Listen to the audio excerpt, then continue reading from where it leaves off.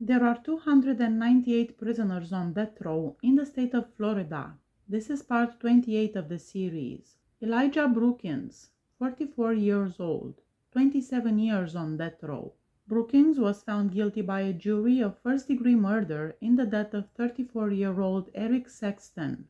According to the evidence, Sexton suffered more than 20 stab wounds to his face, eyes, neck, torso, and other body parts from a manufactured prison shank. The incident happened while the offenders rode the dock bus from the Jefferson Correctional Institute to the Northwest Florida Reception Center through Gadsden County. The case's prosecutor, Assistant State Attorney Frank Allman, stated that robbery appeared to be the crime's motivation. Brookins stole Sexton's baggage after the stabbing, poured it out, searched through his belongings, and then threw the shank out the window. After moving Sexton's body and eating his lunch next to it, Brookins attempted to clean up the murder scene with water from a keg. Corrections officers stated that before Sexton's body was discovered on the bus, after the bus arrived at the intake center, they were uninformed of the attack. Brookins was already serving a life sentence for a 1995 first-degree murder and robbery.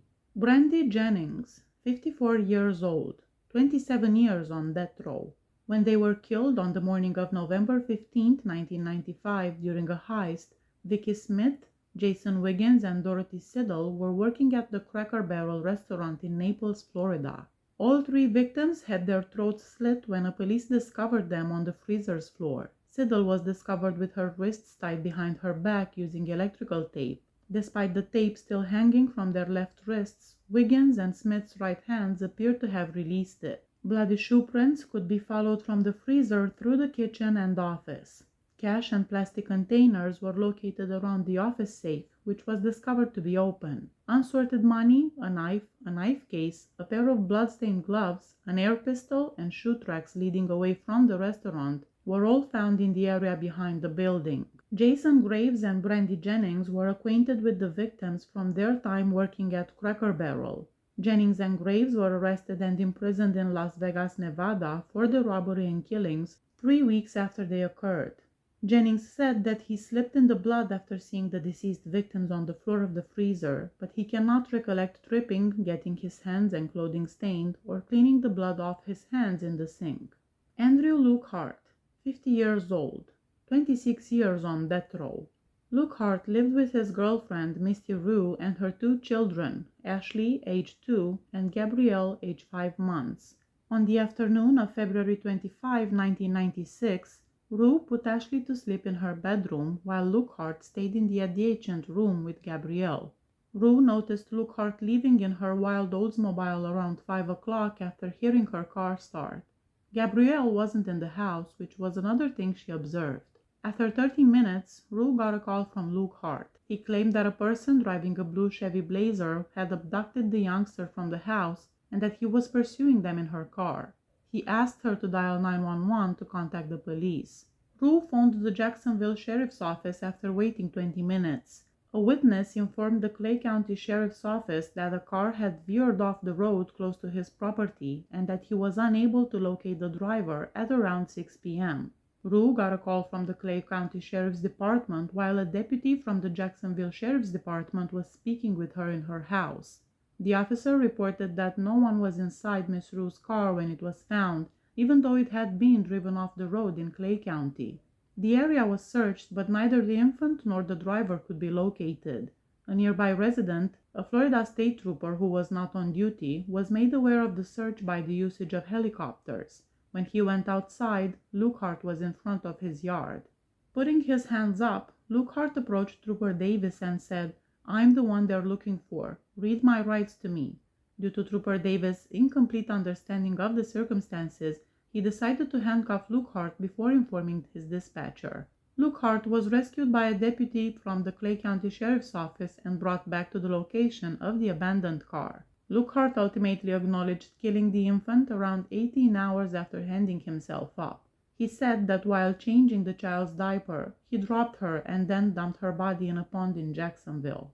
Michael ZACK, 55 years old, 26 years on death row. ZACK was found guilty and given the death penalty for killing Ravone Smith on June 13, 1996. Michael Zack was a Florida resident who had lived in Tallahassee before killing Smith. Zack traveled to Joe's Dirty Bar in Pensacola. There, he got to know Ravone Smith, a worker at the pub. That afternoon, the bar wasn't too full, providing Smith the chance to spend her time chatting with Zack. Zack and Smith went to her home. Zack allegedly beat Smith over the head with a beer bottle as soon as he got inside the home. The interior of the door frame and the nearby couch were covered in blood and glass pieces.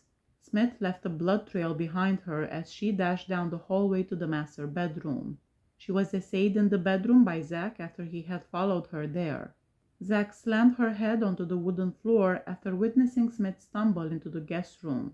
Zack went to the bedroom where Smith was lying and used the oyster knife to stab her 4 times in the chest. Scott Mansfield, 62 years old, 25 years on death row. Mansfield was found guilty of first-degree murder and given the death penalty on January 30, 1998. On October 14, 1995, Sarah Robles and Jesus Alfonso went to Rosie's pub. Alfonso testified that he left the bar at 1:30 in the morning, but Robles remained to play a game of pool with a man who matched Mansfield's description. Robles' body was discovered in a grassy area near to the Winn-Dixie on the morning of October 15. Her clothing was shifted to display her chest and pelvic region when her body was discovered. She had a lot of bruising around her private area. The medical examiner testified that Robles' cause of death was hypoxia due to airway constriction brought on by a blunt force injury to the neck. Jason Stevens, 49 years old, 25 years on death row. For the murder of 3-year-old Robert Sparrow III, Stevens was found guilty and given the death penalty. On June 2, 1997, Jason Stevens and a number of helpers broke into Robert Sparrow Jr.'s apartment. Stevens entered the house brandishing a 9mm gun. Robert Sparrow III, who was just 3 years old, and Consuelo Brown, Sparrow's mother, were standing next to Stevens. Stevens confronted Brown and struck her in the face with the gun. After demonstrating that the gun was loaded by firing a bullet into the ground, Stevens demanded money and Mary Jane. A blue car was parked next to the home, and Stevens asked Robert Sparrow Jr. to give him the keys, but Sparrow did not have the car keys. Robert Sparrow III, Robert Sparrow Jr., Consuelo Brown, Kahari Brown, Tracy Williams, Derek Hosiat, and Tammy Cobb were the hostages. Stevens ordered them all to lie down, and an unidentified man held them all at gunpoint while Stevens searched the house for a room to hide them in. The hostages were forced to crawl to the bathroom by Stevens. Half-brother David Cobb of Robert Sparrow Jr. and his friend Roderick Gardner came at the house while the heist was taking place, and they were coerced into the toilet with the other hostages. The keys to Gardner's mother's green Kia were among the items taken from the man. Stevens displayed his ID to the prisoners and announced that Robert Sparrow III would be accompanying him as insurance. Stevens declared that if he wasn't followed, he would leave Robert Sparrow III somewhere. Stevens drove Robert Sparrow III away from the Sparrow residence in the green Kia because his thugs would not let him take the child in the black car they had used to get to the Sparrow residence. Around 2:30 in the afternoon, the black and green cars both drove off, stopping less than a mile away in a sunlit area with Robert Sparrow III still inside. The car wasn't discovered until after 9 that evening. The 3-year-old was discovered dead in the green Kia. Curtis Beasley, 74 years old, 25 years on death row. For a robbery and a murder, the state of Florida gave Beasley a death sentence.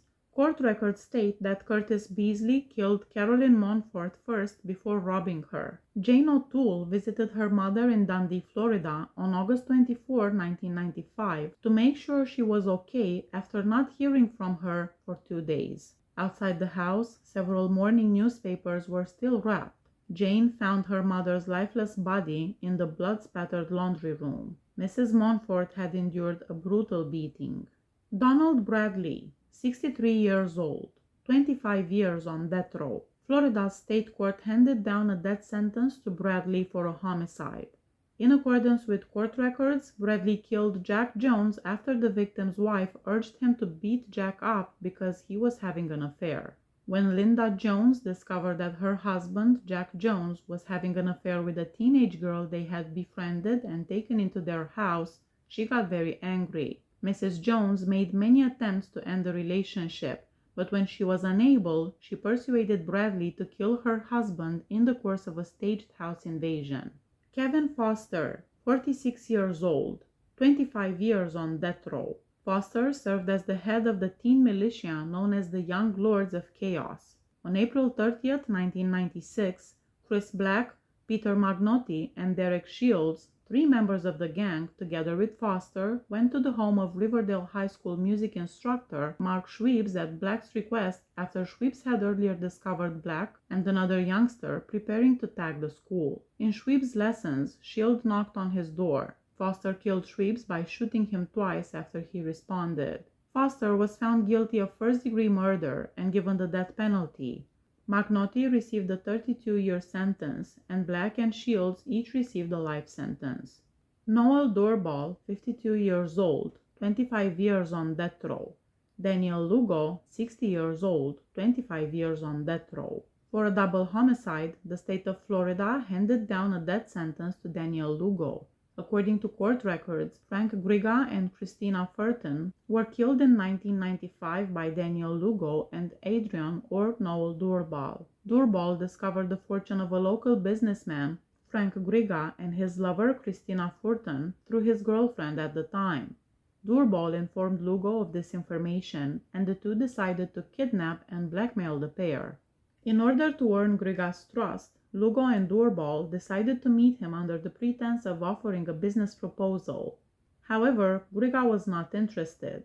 On May 24, 1995, Lugo and DOORBAL were scheduled to carry out the abduction, but Lugo changed his mind. The next plan was to propose a dinner invitation in order to entice the pair to DOORBAL's residence. On May 25, 1995, the pair went to DOORBAL's apartment after following Lugo and DOORBAL. That evening, a man named Delgado went to see DOORBAL at his flat, and he learned that Griga had been slain in an altercation with DOORBAL. Furton started screaming as soon as she realized Griga was gravely harmed. At that point, Lugo restrained her and gave her a Rompun injection, a horse tranquilizer, to calm her down.